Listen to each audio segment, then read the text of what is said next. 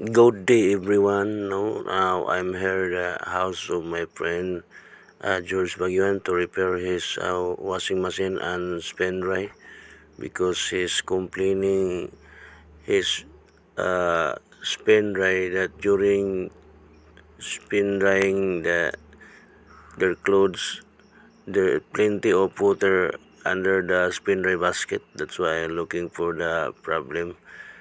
Then I did touch first the strainer cup, then looking for the problem, but there's no any object clog the strainer. That's why I go back to the spin dry inside the spin dry and then look for the problem. Why is it that the water doesn't drain? And then I see to it that there is a hose and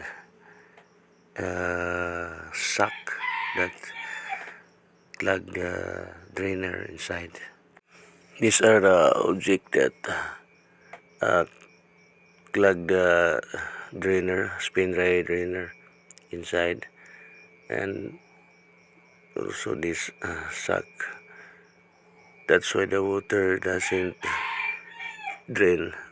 And then when I finish repairing the spin dry, I check also the washing machine motor because it is not running, and then I see that the connection of the capacitor was disconnect.